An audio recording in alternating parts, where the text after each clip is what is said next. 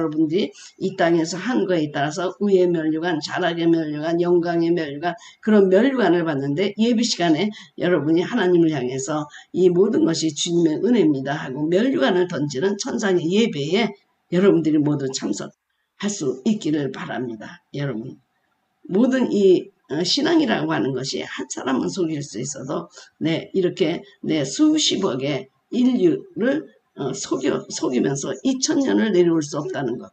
여러분, 더욱더 믿음의 확고한 근거로 들어가시면 좋겠습니다.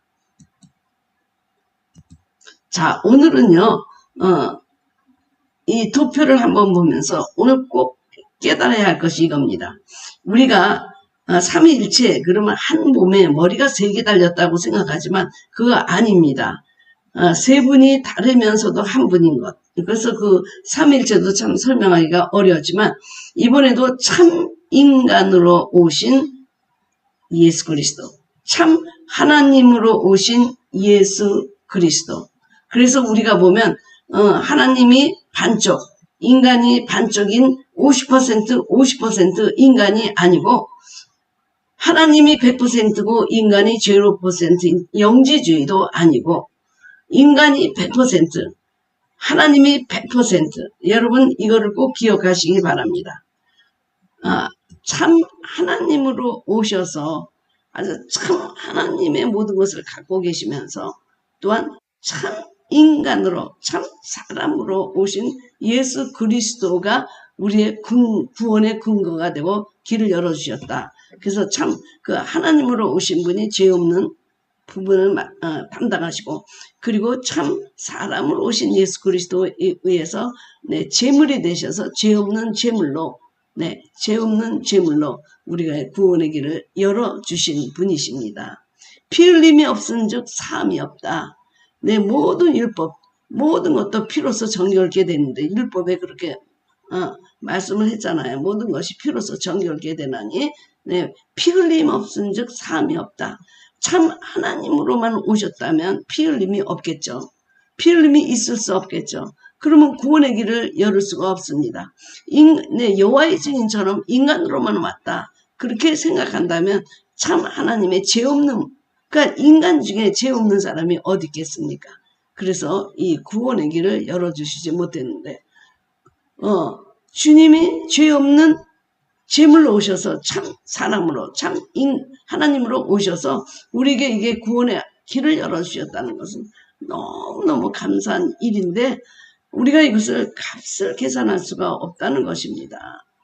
우리가 어떤 분들에게 그 선물을 할 때 사실 그 선물이 그분에 대한 섬김에 대한 대가는 아니잖아요. 표현할 수 없는 거죠. 그거는 그 가격으로 계산할 수 없는 것들이 너무나 이 세상에는 많습니다. 근데 하나님의 이 구원의 값은 우리가 도저히 계산할 수 없는데 그분이 참 인간으로 오셔서 우리의 죄가는 모두 정가하시면서 이런 길을 여셨다. 그래서 100% 하나님, 100% 사람인 예수 그리스도를 믿어야 된다는 것입니다. 지난번에는 참 하나님으로 오신 예수님에 대해서 말씀드렸는데 오늘은 지금 참 인간으로 오신 예수 그리스도, 참 인간으로 오신 예수 그리스도. 그럼 참 인간으로 오신 예수 그리스도는 구약으로부터 내려와서 어떤 일을 완성하셨는가? 왕으로서, 제사장으로서 선지자의 사명을 다 감당하셨던 것입니다. 그러니까 이 예수님의 직임이 완성되는 것, 이거는 우리 여기에 포함되지 않았지만 여러분이 신학적으로 다 알고 계시는 것입니다. 그래서 우리가 마태, 마가, 누가, 요한 그럴 때 제3복음 그리고 제4복음 이 세 복음을 공간복음 우리가 그러죠. 이것이 시납틱 가스펠 같은 관점으로 본다. 인간이라는 관점으로 본다. 그래서 공간 복음서입니다. 여러분 우리가 인간적인 면을 강조하지 않고 인간적인 면은 뭐 더럽다 뭐 이렇게 자꾸 얘기한다고 하면은요 영지주의에 가깝게 되는 것입니다. 그래서 우리가 도마복음 제가 이제 오늘 도마복음을 맨와 아현교회에 올려놨잖아요. 도마복음이 왜 정경에 들어가지 못했을까? 왜 베드로복음이 정경에 못 들어갔을까? 왜 바돌롬의 복음서가 이런 정경에 못 들어갔을까 하는 이 모든 것들은 바로 그것이 영지주의의 뿌리를 놓고 있었기 때문입니다.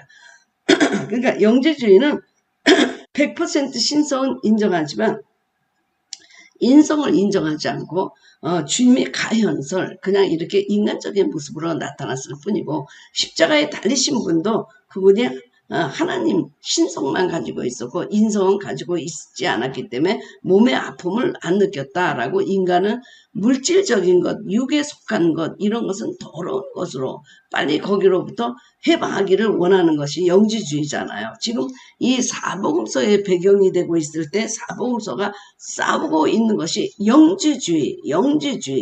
여러분께서 영지주의가 무엇이냐? 영지주의가 왜 이단이냐? 영주주의가 뿌리를 잡았다는 것이 우리 신앙에 어떻게 나타나냐.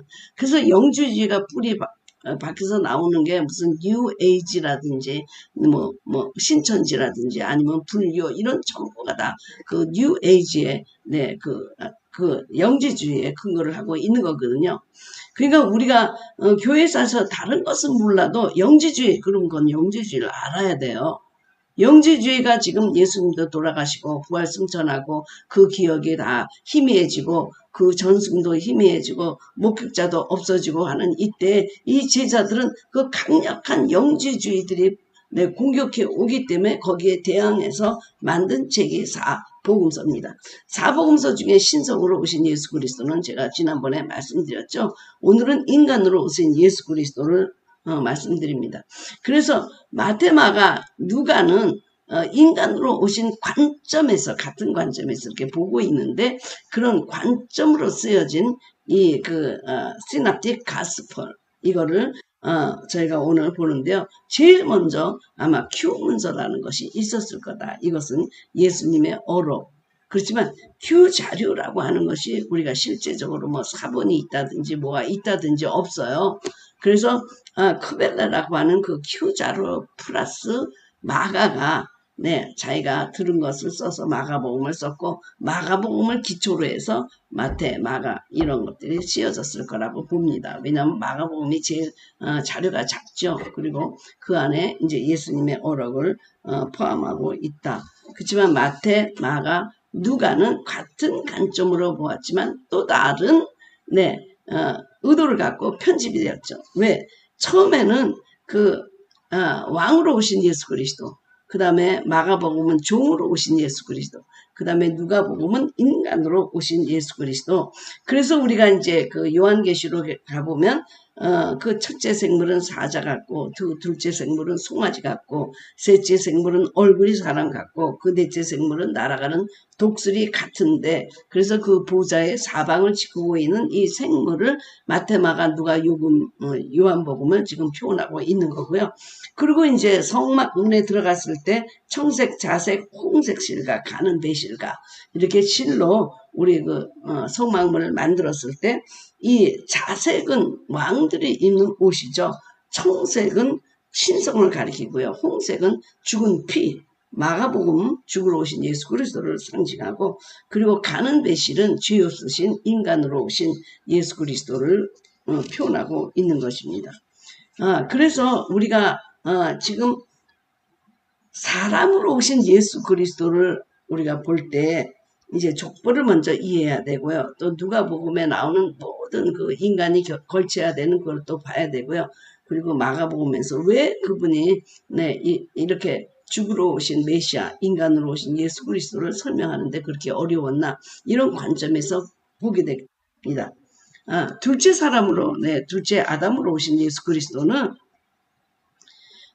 우리가 족보를 보면서 우리가 좀 볼 수가 있습니다. 그러니까 아담의 계보다 둘째 이거는 사람의 계보죠. 그래서 아담이라는 말이 사람이라는 말이 되기도 하고 아담이 인류를 대표하는 말이 되기도 합니다. 그러나 아담아 우리가 아담아 그럴 땐 땅으로부터 나왔다 그런 뜻이지만 아담은 사람이라는 뜻입니다. 맨이라는 휴먼카인드라는 뜻이죠. 그래서 그 사람의 계보로 쭉 내려오는데 창세기 5장에는 아담이 죄를 지음으로 인해서 죽음의 족보가 돼서 이제는 계속 죽으로 내려가는 죽고 그래서 그들이 아무리 969년을 살았다고 해도 죽었더라 하는 족보가 창세기 5장에 있습니다. 로마서 5장에 한 사람의 범죄를 인하여 사망이 그 한 사람으로 말미암아 왕노릇 하였다 그랬죠. 한 사람으로 인해서 또 한 사람으로 인해서 우리가 의의 길로 들어가는 얘기를 로마서 5장에 하고 있습니다. 그런데 마태복음 1장에 가보면 모든 족보는 낳고 하는 족보로 바뀌면서 예수 그리스도에 가서 마지막에 딱 그래서 지금 우리 예수 그리스도를 고린도전서에서는 또 마지막 사람이다 그렇게 표현하기도 하고 있습니다.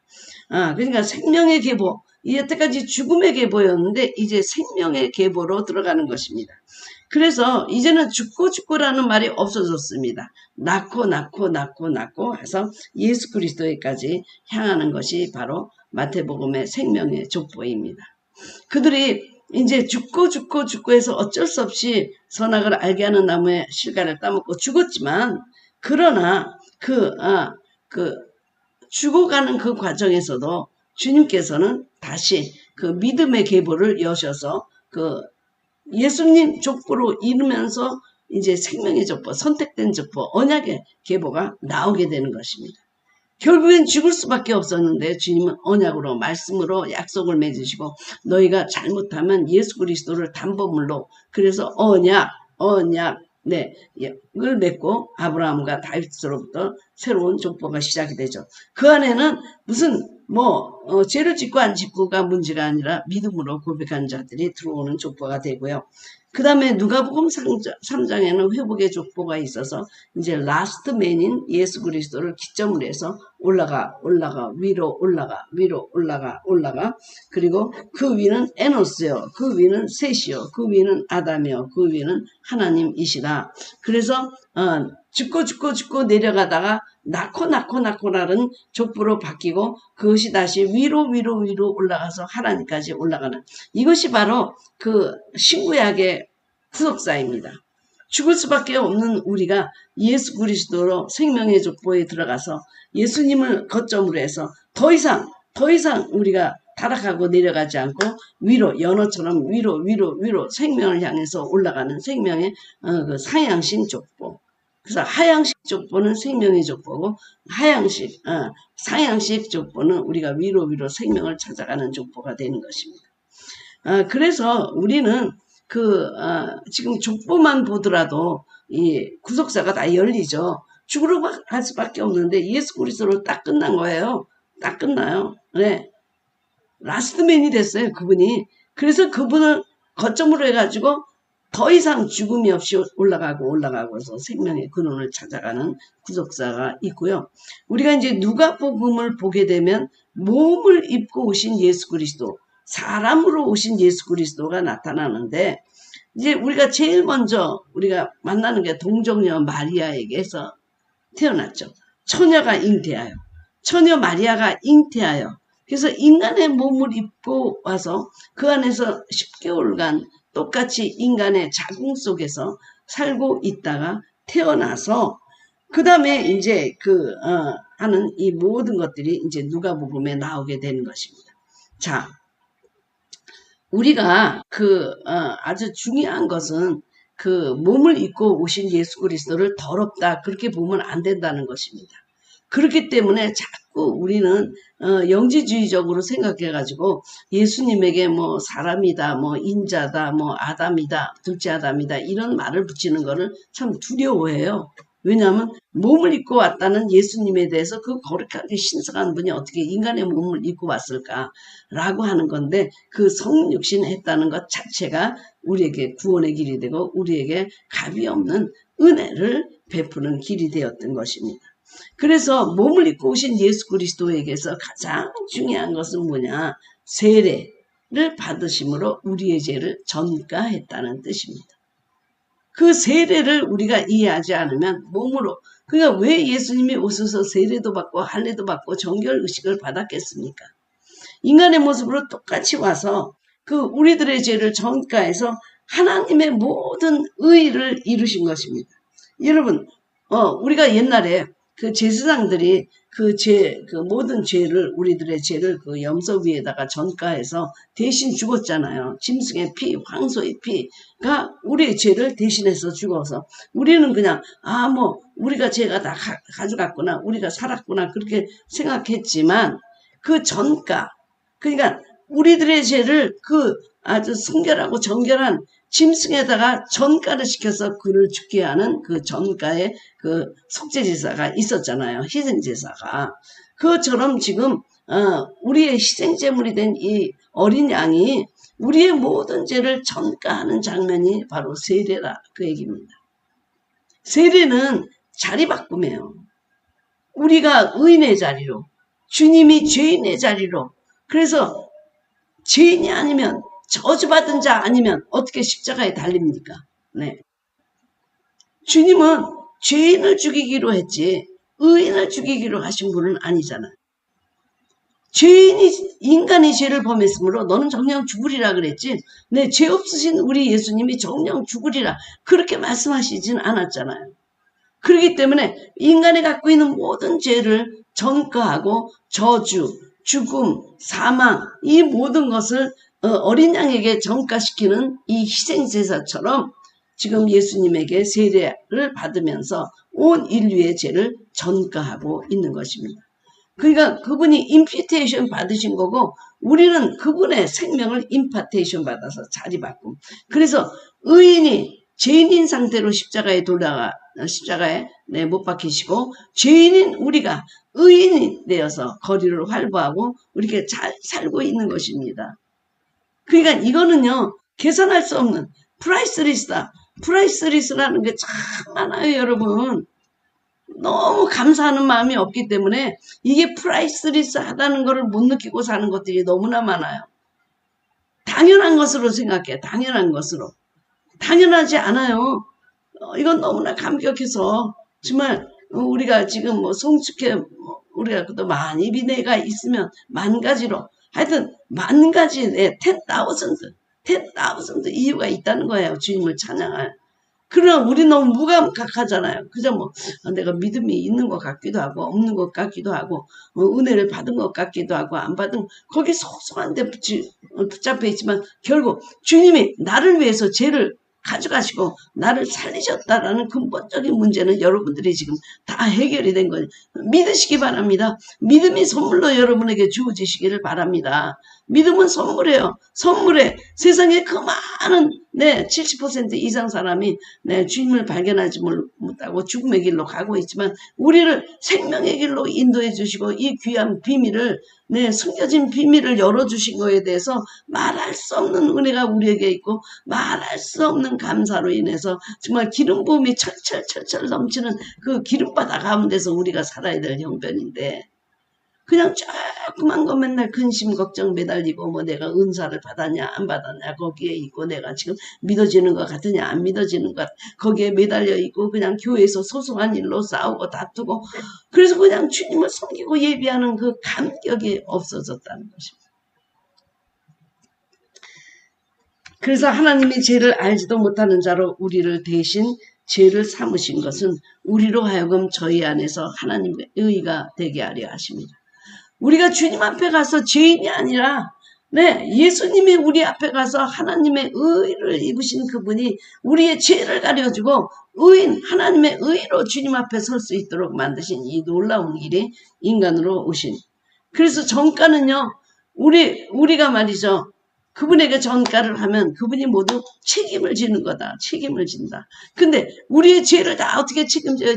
죄가 없으시니까 책임지시고 우리를 그리스도의 옷을 입혀서 주님 앞에 갈 때 우리 죄는 보이지 않고 그리스도의 의가 하나님 앞에 나타나서 우리를 의롭다 여겨주시고 구원하시는 길을 열어주셨다는 것입니다. 히브리서 10장 1절 4절에도 이는 황소와 염소의 피가 능히 죄를 없이 하지 못한다. 히브리서 9장 22절에도 피 흘림이 없은즉 사함이 없다.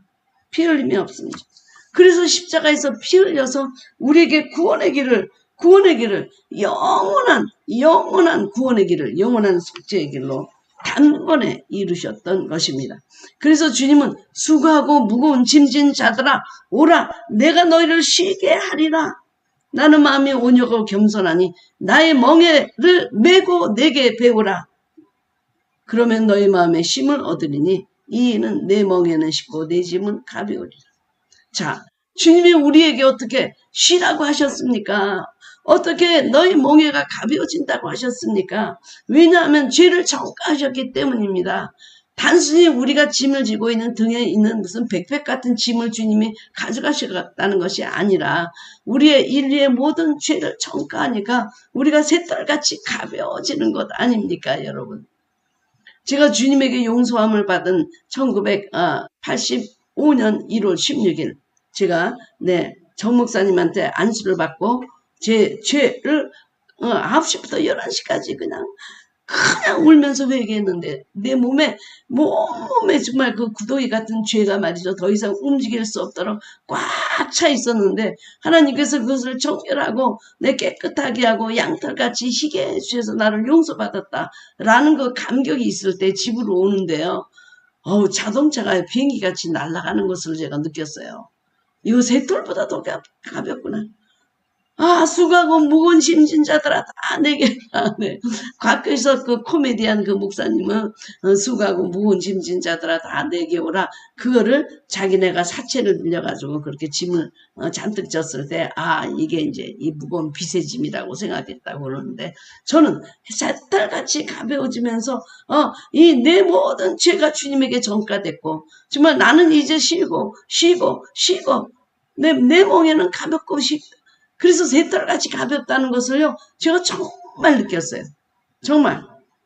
내 몸에 그렇게 피가 안 도는 거. 왜 피가 안 돌아요? 내 육신적으로도 피가 안 돌지만 거의 구더기 같은 그 죄악들이 쌓여가지고 더 이상 피가 흐를 틈이 없는 꽉꽉꽉꽉 매겨가지고 자기네들끼리 그냥 엉켜가지고 죄악들이 그 안에 피가 흐를 틈이 없는데 주님이 너 깨끗하게 하리라. 양털같이 희게 하리라. 내 죄가 동서남북으로 멀게 하리라. 내가 너의 죄를 기억하지 아니하리라. 그리고 용서를 해주셨는데요. 제가 우리 집에 오는 거 30분 동안에 이 철봉 같은 이 자동차가 날아간다. 새털 같다. 그런 걸 처음 느꼈거든요. 그런데 더 새털 같은 것을 느낀 적은 언제냐. 내가 하나님의 용서를 받고 내가 정말 용서할 수 없는 사람을 용서했을 때 십자가의 사건이 있을 때 내가 새털같이 아주 이렇게 가볍다는 것을 느꼈습니다. 요한복음 1장 29절 세상 죄를 지고 가는 하나님의 어린 양이로다. 여러분 무거운 짐을 나 홀로 지고 견디다 못해 쓰러지는데 우리 주님은 세상 모든 죄를 지고 가시고 너희들은 와라. 내가 너희를 쉬게 하리라. 너희를 쉬게 하리라. 이렇게 새털같이 이렇게 가볍게 우리를 만들어 주셨음에도 불구하고 율법적이고 종교적 코드에 원망과 용서하지 못하는 마음에 미워하고 다툼과 서로 높아지려는 마음 가운데 우리가 세상에서 이 새털 같은 정말 무거운 짐을 다 주께 맡기고 살아가는 이런 마음이 우리에게 없잖아요. 네? 세상 짐도 지고 종교적인 짐도 지고 신앙의 짐도 지고 권사의 짐도 지고 내 모든 짐을 다 지고 말이죠. 오히려 내가 말이죠. 주님을 안 믿었을 때보다 더 무거운 짐을 지고 가는 거예요 지금. 그래서 여러분 오늘 믿으시기 바랍니다. 우리 주님이 우리 죄를 전가받으시고 가져가셔서 우리가 지금 아주 새털같이 가벼워지게 됐다는 것을 믿으시기 바랍니다.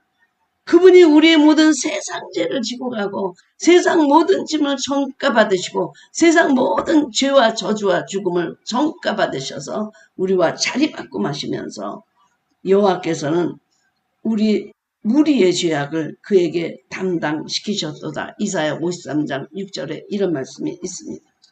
그리고 우리가 인간으로 오신 예수 그리스도 가운데 사단의 시험을 받는 예수 그리스도를 우리가 기억해야 됩니다. 자, 우리가 첫째 아담은 이런 보암식도 하고 먹음직도 하고 지혜롭게 할 만큼 탐스럽게 할 만한 세상적인 가치에 자기가 무너져 내리고 불순종했지만 주님은 똑같은 이런 시험에 네, 십자가의 길을 택했다. 생명의 길을 택했다. 그래서 그분은 승리하셔서 그분이 둘째 아담, 둘째 사람이 되신 것입니다. 첫째 아담이 무너졌다면 둘째 아담이 승리했고, 첫째 아담으로 인해서 흙으로 온 모든 사람이 죄 아래 있다고 한다면, 네, 심판 아래 있다고 한다면 우리 둘째 아담인 예수 그리스도를 통해서 우리가 의의 길로 가게 되고, 그리고 하나님께 생명을 얻고 구원을 얻게 되었다. 이게 로마서 5장의 주제이죠. 세례 굉장히 중요해요, 여러분. 주님이 세례를 받으셨어요. 죄 없으신 그분이 왜 세례를 받으셨어요? 전가 받으시기 위해서. 네.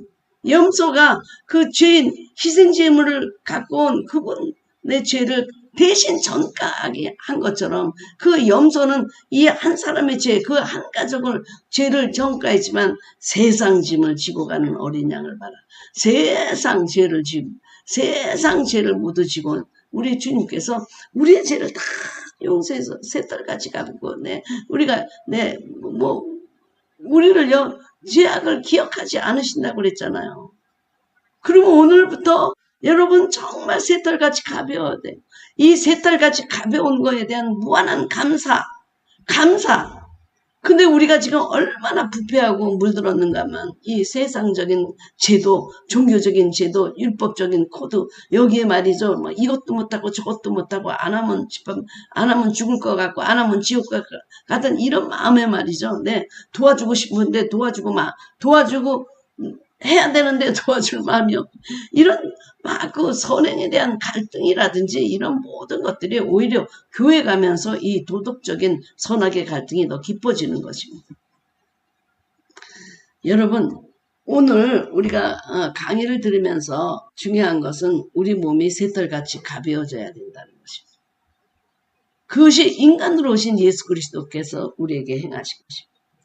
누가복음을 보게 되면 누구보다도 그분이 인간이었다. 사람이었다. 네.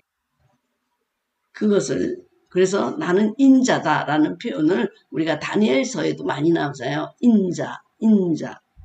네. 이 누가복음에는 복중에서 예수님이 춤을 추고 뛰었죠. 호적을 하러 갔죠. 할례를 받았죠. 정결 의식을 받았죠. 12살이 되니까 부모와 함께 예루살렘으로 올라갔죠. 그래서 그가 지혜와 키가 자라며 하나님과 사람에게 더욱 사랑스러워 가더라.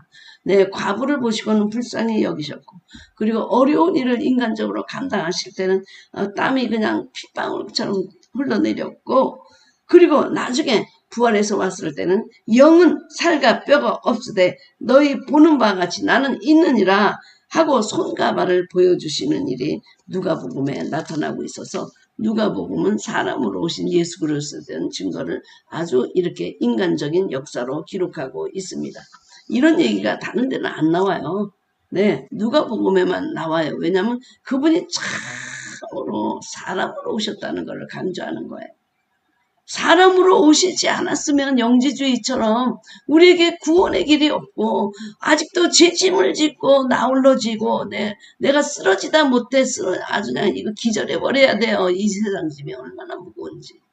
저는 주님을 만나기 전에 내가 이렇게 내 몸이 가벼워질 수 있다는 걸 몰랐어요. 네.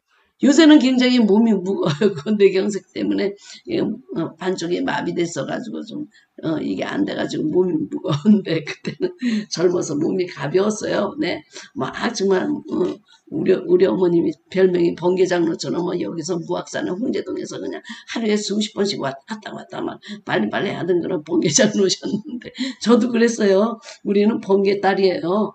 네, 지금 여기 함께한 윤순 언니도 내 번개 권사, 저는 번개 목사. 우리는 둘이 뭘 하면 그냥 1초 만에 딱딱 끝내버리거든요. 그런 가벼운 몸으로 살아가고 있었음에도 주님이 너는 하나님을 하나님으로 인정하지 아니한다. 그러면서 너는 내 앞에서 정말 무거운 죄, 용서받지 못할 죄를 지었는데 주님께서 너를 내가 회개하자 용서해 주시고 그 죄를 없다 하시고 모른다 하시고 기억하지 않는다 하실 때 그 새털같이 가볍다는 게 어떤 건가? 저거 깨달았어요. 여러분 오늘 여러분이 그 새털같이 가벼운 여러분의 모든 무거운 짐을 주님 앞에 내어놓고 가시기 바랍니다. 이거는 크고 작은 것이 아니에요. 네, 죄책감도 필요 없어요, 여러분. 여러분, 열등의식도 필요 없어요. 네, 여러분이 구원의 생명으로 영원에 이르는 존재가 되었다는 것. 그러기 위해서 이 프라이스리스 값없이 주님이 그 온 인류의 죄를 전가받으시고 우리를 위해서 죽으셔서 생명의 길을 열어주셨다는 것. 그래서 이 천년을 내려오면서 이 속에 네, 인류들이 하나같이 송축해 만 입으로 만 개의 이유로 하나님을 송축합니다. 새 노래로 주님을 송축합니다. 어떻게 한 사람은 그렇게 찬양할 수 있지만 어떻게 수만 명이 수억의 인구들이 이렇게 주님을 찬양할 수 있습니까? 여러분 그의 구원의 감격이 여러분 용서받은 감격이 오늘 넘쳐나시기를 바랍니다. 네, 마태복음은요. 하나님의 통치와 새 질서를 얘기하고 있는 것입니다. 제가 지난번에도 얘기했지만 로마는 네, 칼로 창으로 싸워서 이루어지는 나라지만 그러나 하나님의 나라는 회개에 의해서 하나님 나라가 침체에 들어오잖아요. 하나님의 나라는 지역적인 의미가 아니라 회개함으로 그분이 우리를 다스리기 시작할 때 이루어지는 나라. 그래서 마태복음에 있는 모든 설교는 왕의 설교, 하나님 나라에 대한 설교, 하나님 나라는 이와 같으니 라는 설교가 계속되고 있습니다. 왕으로서 당당하게 모든 마귀 귀신들을 제압하고 마태복음 4장에 그냥 그 마귀를 제압해버리잖아요. 말씀으로. 네가 나를 떡으로 유혹해. 아담은 떡으로 쓰러졌지만 네가 나를 명예욕으로 유혹해. 아담은 거기에 쓰러졌지만 나는 모든 인류를 구원하기 위해서 십자가 좁은 길을 가고 내가 너를 제압하고 너를 정복하고 너를 밟아버리고 온 인류를 위해서 구원의 길을 열어놨다. 아, 그 길이 진리요 생명이요. 그 길을 여러분이 받으셨는데 이제는 제발 세상 모든 짐 내려놓으시고요. 네. 주님께 정가를 해버리면 되는 거예요. 우리는 좋은 거는 전이 받고 나쁜 것은 주님께 정가 네, 해버리면 되는 것입니다. 네. 아유, 뭐, 우리 아이들이나 저나 빚이 다 있죠. 옛날에 우리, 빚이 하도 많아가지고, 크레디트 카드로 돌려막기 그럴 때. 그럴 때 한참 그런 거 있었잖아요. 2000년대 컴퓨터가 다운돼가지고. 그래서 다운돼가지고 우리 빚이 그냥 몽땅 그냥 제로로 왔으면 좋겠다는 생각을 너무나 많이 한 적이 있어요. 제가 미국에 살면서 빚의 짐이라는 게 굉장히, 그러니까 빚의 짐을 짓고 막 우리 애가 차가 달려가는데 뒤에서 빵빵빵빵빵 총을 쏘는데 멈출 수도 없고 갈 수도 없는 그런 절박한 마음을 미국 생활에서 상당히 많이 느꼈습니다. 요새도 여러분 그렇게 느끼는 분도 계실지 많이 계실 것입니다.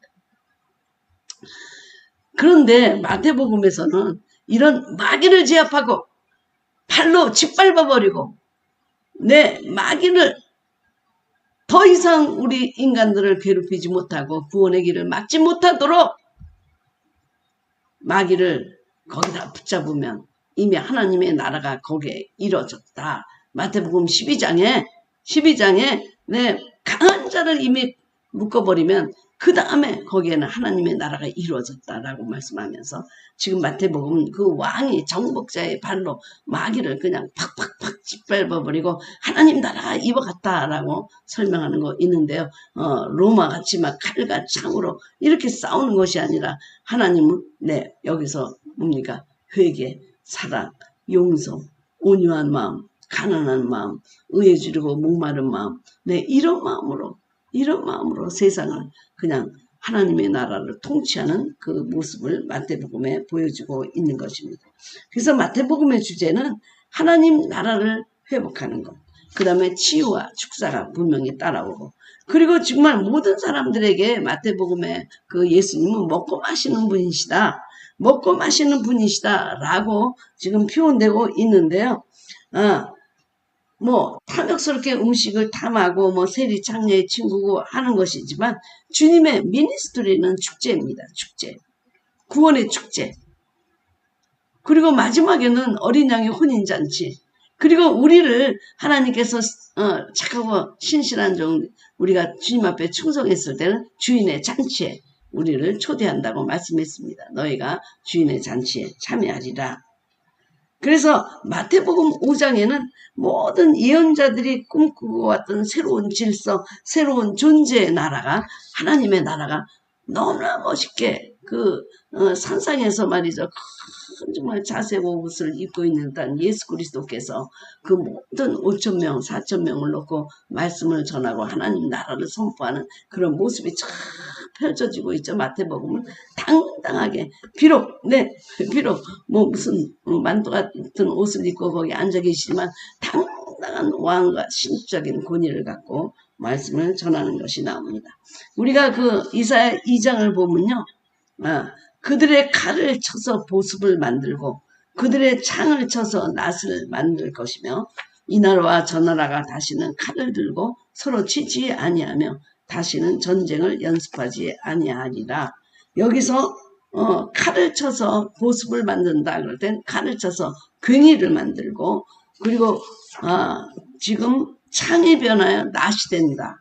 그러니까 지금요 전쟁 무기를 만드는 것이 아니라 농사기구를 만든다는 거예요. 그 재료로.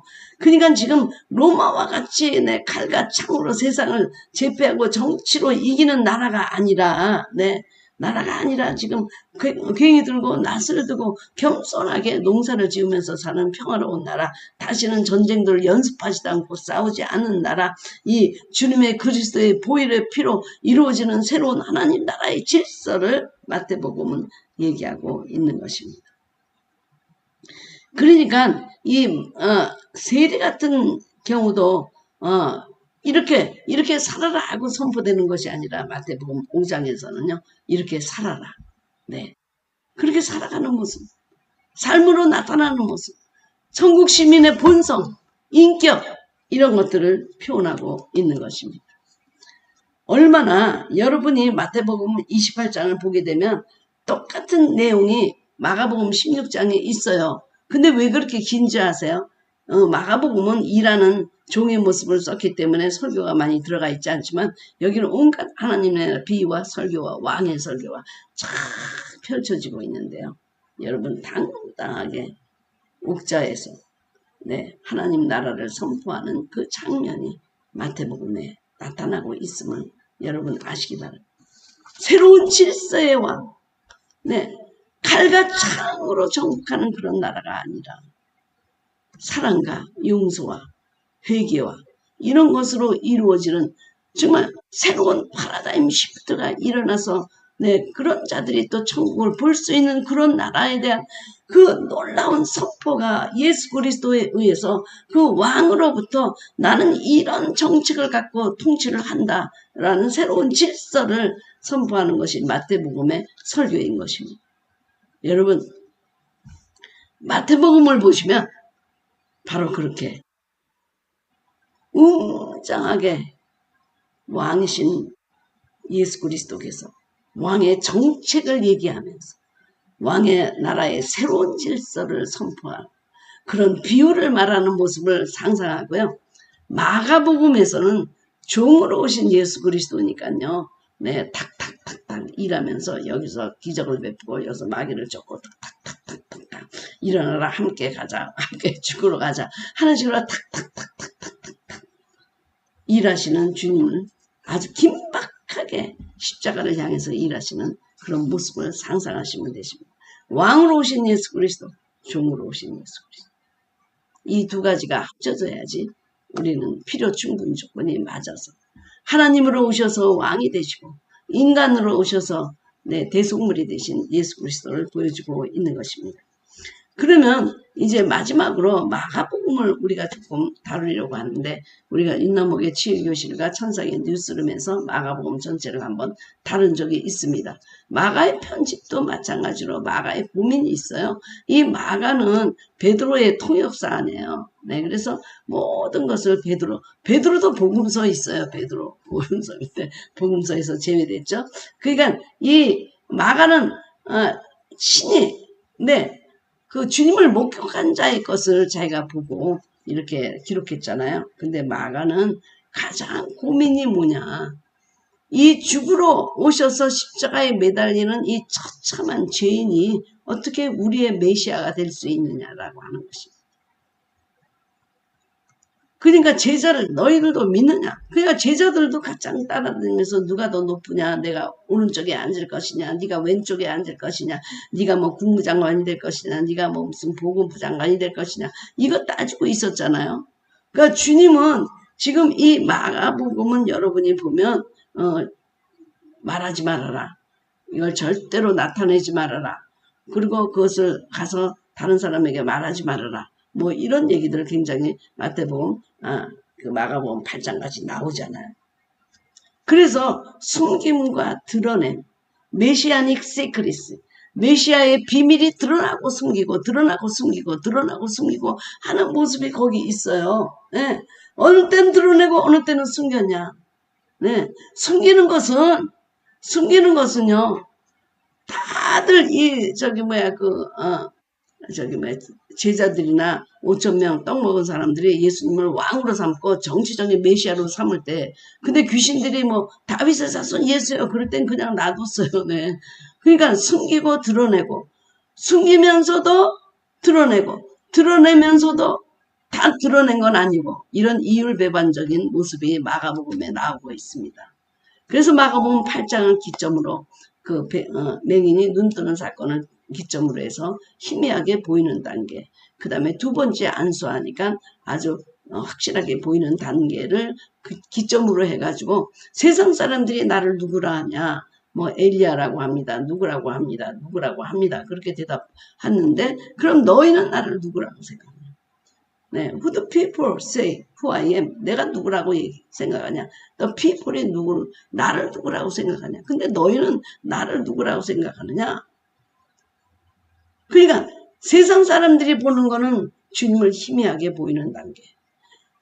제자들이 보는 단계는 확실한 단계죠. 그 마태복음, 마가복음 8장을 기점으로 해서 앞에는 숨기는 단계, 밖에는 그냥 드러내면서 십자길로 가는 길로 나타나고 있습니다. 그래서 마가복음을 볼 때는요, 숨김과 드러냄이 굉장히 중요해요. 하여튼 주님의 원하시는 것, 정치적 메시아는 아니다. 그리고 빵이 떡으로 보내는 통용적인 이런 마술사 같은 기적이 아니다. 그것을 하나님이 보여주시려고 하는 것이 아니다. 여기로부터 그들이 피하게 하기를 원하셨던 것입니다. 빵 먹고 따라다니는 거 이거 아니다. 나는 산떡이다. 산떡. 영원히 이걸 먹으면 죽지 않는 떡이다. 나는 영원한 생수다. 이걸 먹으면 영원히 목마르지 않는다. 그런데 그냥 일시적으로 떡을 먹고 물을 먹고 하는 그런 통념적인 세속적인 기적에 대해서 반대하시고 하셨어요. 제자들까지도 마지막까지도 우리 주님이 어떤 주님인지 몰랐던 것입니다. 그래서 마가복음을 보면 숨겼다 드러났다 숨겼다 드러났다, 숨기면서도 다 숨긴 것이 아니고 드러내면서도 다 100% 드러내지 않는 모든 편집이 마가복음 속에 들어가 있습니다. 그러나 마가복음에 기록됐던 그 당시는 정말 네로나 도미티안 황제로 해서 처절하게, 네, 기독교가 그냥 뿌리째 뽑히는 그 위기에 있었던 때잖아요. 그때 이 풍전등화 같은 교회를 향하여, 교회야 일어나라. 우리 대장 예수님이 일어났다. 주님이 말씀하자. 일어나라, 함께하자. 어디로요? 함께 죽으러 가자. 사실 베드로나 야고보, 요한은요, 자기 국무총리 되려고 처음부터 따라다닌 거 아니에요. 근데 주님이 마지막에 죽으러 가자. 베드로 고백도 그거예요. 죽으러 가자. 사람을 낚는 어부가 되라. 나를 따라 follow me. 나를 따라와라. 그거는 뭐냐 하면 사는 것, 어부가 되는 것도 따라오지만 순교의 자리도 따라오고 죽는 것도 나를 따라와라. 우리는 그냥 축복에만 따라간다고 생각하지만 우리 주님은 이 죽음과 같은 이 저주의 길, 이 순교자의 길도 네가 나를 따라와라. 근데 제자들은 그렇게 생각하지 않았거든요. 자기는 죽을 길로만 가려고 했어요. 높은 자리 차지하려고 했어요. 네. 솔로몬과 같이 궁중에 들어가서 메시아로서 군림하려고 하는 정치적인 메시아 길로 따라갔어요.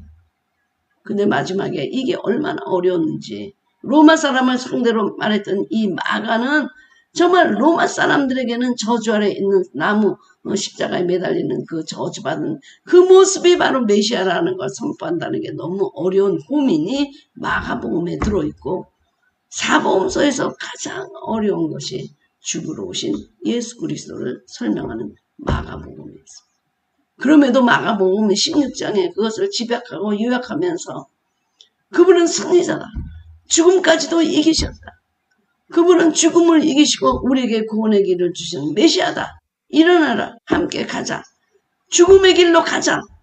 그것이 사는 길이라고 마가복음은 선포하면서 풍전등화 같은 이 교회에게 새로운 소망의 빛을 던져주는 승리의 복음이 바로 마가복음입니다.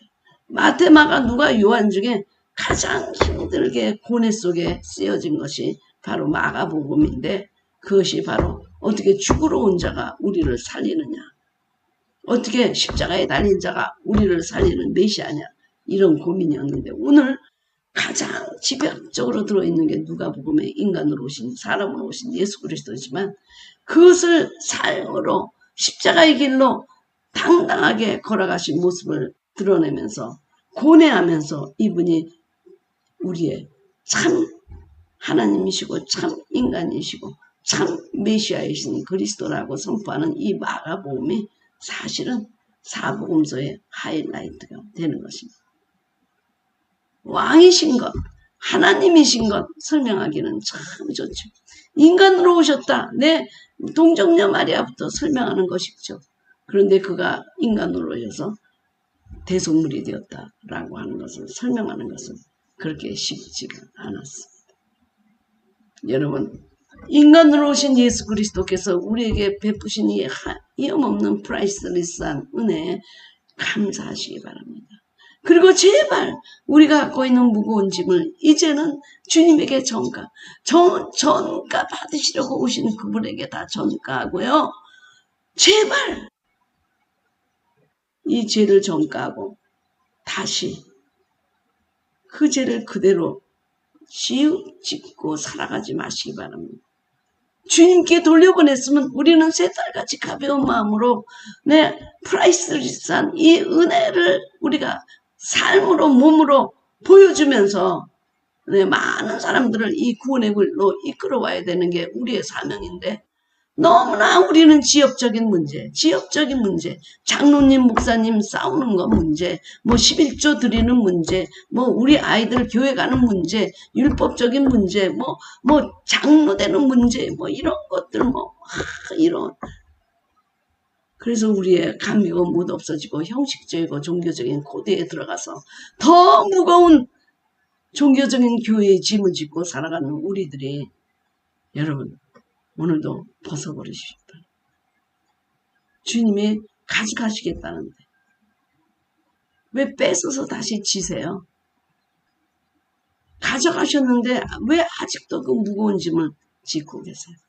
오늘도 사람으로 오신 예수 그리스도께서 우리에게 얼마나 귀한 것을, 값이 없는 은혜를 우리에게 베푸셔서 죽을 수밖에 없는 우리가 이렇게 구원을 받았다는 사실이, 이렇게 그냥 만만의 천사들과 함께 영원히 주님과 찬양하고 예배드리는 자로 우리가 신부로 선택받고 우리의 모든 지옥으로 떨어질 죄악은 주님이 다 가져가셔 십자가에 못 박아 버리셨는데, 그래서 승리했는데, 그래서 속죄 대속물로 승리하셨는데, 우리가 무엇을 더 걱정하고 무엇을 더 수고하고 무거운 짐진자처럼 살아가겠습니까?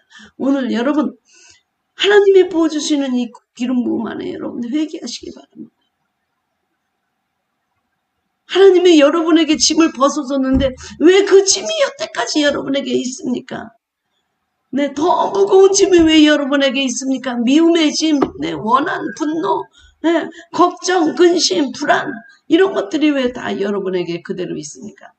오늘 우리 찬양을 들으시면서요, 함께 이 찬양으로 우리의 모든 것을 올려보내고, 이 놀라운 보좌 앞에서 천군 천사들이 부를 때 나도 그곳에 가서 용서받고 새털과 같은 가벼운 마음으로 주님을 찬양하는 자로 선택받았음을 오늘도 감격하고 많이 있어도 다 고백할 수 없는 그 찬양 속에 여러분이 함께 들어가시기 바랍니다. 여러분, 이 찬양이요, 사실은 한국 가사가 아니고 영어를 번역해서 따라하기가 좀 어려워요. 근데 여러분 영어로 하셔도 좋아요. 다 자막이 있으니까. 한국어는 내용을 좀 다르게 번역했더라고요. 근데 여기는 그대로 좀 직역을 했다고 할까요? 그래서 따라하기는 어렵지만 여러분 정말 내려놓으시고 자리 바꿔 마시고 바로 그것을 위해서 참 사람으로 둘째 사람으로 둘째 아담으로 주님이 오셨다는 것 기억하시고 오늘도 일어나라 함께 가자 하는 인간으로 오셔서 죽으러 가신 예수님 옷자락을 붙잡고 여러분도 일어서시기를 바랍니다. 나를 따라오라. 따라가겠습니다. 축복받는 길을 따라가는 것이 아니라 주님의 십자가의 길을 따라가서 주님과 함께 십자가에 못 박고 주님과 함께 다시 살아 하나님 우편에 앉아서 영원히 주님을 찬양하며 살겠습니다. 그러한 고백이 여러분들에게 일어나기를 바랍니다.